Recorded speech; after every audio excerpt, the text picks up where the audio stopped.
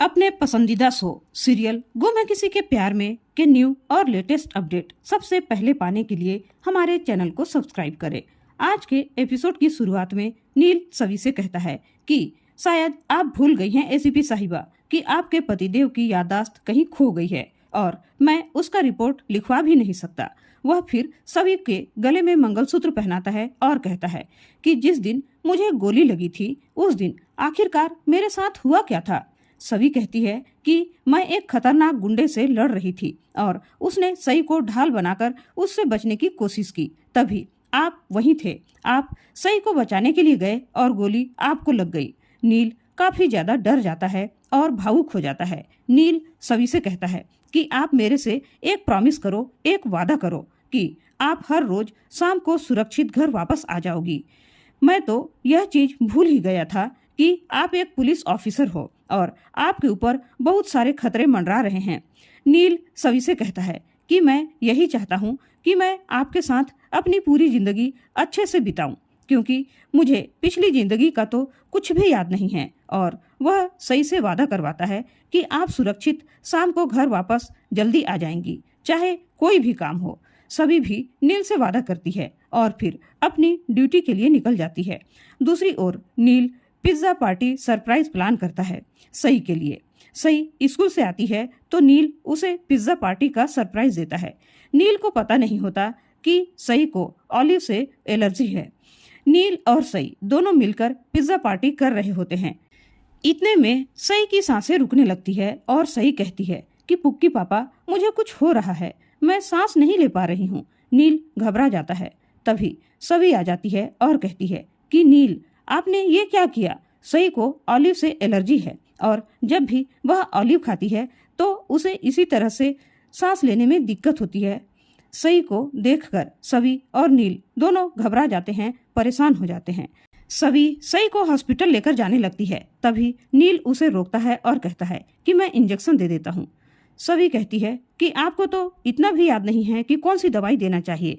तब नील कहता है कि नहीं, मुझे अपनी बेटी को इंजेक्शन देने दो, और वह सई को इंजेक्शन देता है और सई ठीक हो जाती है। दोनों राहत की सांस लेते हैं। नील और सई को लीना यह सब करते देख रही होती है और लीना मन में सोच रही होती है कि आखिर ये सब क्या हो रहा है। दूसरी ओर सभी ड्यूटी जा रही होती है। तभी एक पोस्टमैन आता है और सभी को एक कुरियर देकर जाता है। सभी उस कुरियर को देखती है तो उसमें लिखा हुआ रहता है कि भाग्यश्री ठक्कर ने कोर्ट से नोटिस भिजवाया है कि सवी सई और कियान को लेकर दूसरे के घर में रह रही है, जहां सई को एलर्जी की बीमारी है और कियान जो है वो अभी 2 साल का है। वह कहीं और जगह किसी और परिवार में रह रहा है। यह उसके लिए ठीक नहीं है। सवी सई और कियान का अच्छी तरह से देखभाल नहीं कर पा रही है। यह सब पढ़कर सभी को शॉक्ड लगता है। उसे शक होता है कि आखिरकार कल ही सई को एलर्जी वाली प्रॉब्लम हुई थी और यह बात घर से किसी ने तो जरूर बताई है। दूसरी ओर लीना अपने फोन पर कुछ मैसेज को रीड कर रही होती है और गंभीर रूप होकर सोच रही होती है। ऐसा लगता है जैसे लीना ने किसी को कुछ भेजा है और उसी का रिप्लाई आया है।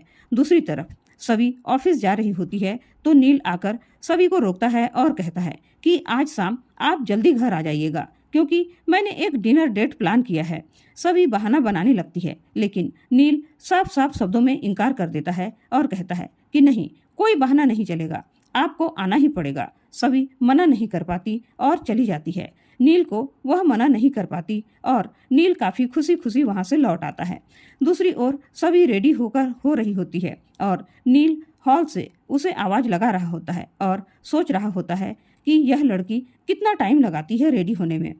लीना यह सारा दृश्य देख रही होती है। लीना नील और सभी को देखकर आश्चर्य में पड़ जाती है। सभी रेडी होकर नीचे आती है तो नील उसे देखकर हैरान हो जाता है और सोचता है कि मेरी बीवी कितनी सुंदर लग रही है, कितनी प्यारी लग रही है, मेरी पत्नी कितनी प्यारी लगती है। ये सारी बातें देखकर लीना अपने मन में सोचती है कि कहीं भाग्यश्री ने सही तो नहीं कहा था कि यह मेरे बेटे को बर्बाद करने तो नहीं आई है। भाग्यश्री की बातें लीना को याद आती है और लीना काफी ज्यादा गुस्से में आ जाती है। दूसरी ओर सभी को ऐसा देखकर नील काफी खुश होता है और सभी से कहता है कि आप बहुत प्यारी लग रही हैं। सभी अपने मन में सोचती है कि मैं इसके साथ डिनर डेट पे कैसे जा सकती हूँ। इसे तो कुछ भी याद नहीं है, लेकिन मुझे तो सब कुछ याद है।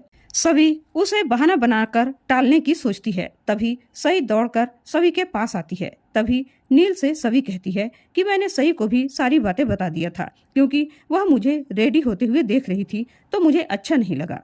तो नील खुशी खुशी सई को भी ले जाने के लिए तैयार हो जाता है और कहता है कियान को मंजरी ताई सुला रही है और घर में कोई नहीं था, तो मैंने सोचा क्यों ना घर पर ही प्लान कर लूं। इसीलिए मैं एक ऐसी जगह का प्लान किया हूँ जहाँ पर हम लोग शायद पहली बार जाएंगे या कोई भी पहले नहीं गया होगा, और वह अपने घर में ही डिनर डेट अरेंज करवाता है।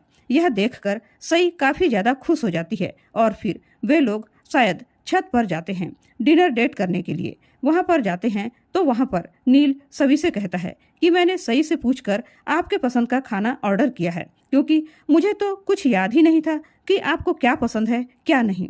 सई बताती है कि मैंने चाइनीज डिश और साथ में मैंने पूरन पोली पसंद की है। तभी सभी को रजत की याद आती है। रजत ने भी सभी के लिए स्पेशल पूरन पोली बनाया था और वह काफी ज्यादा भावुक हो जाती है।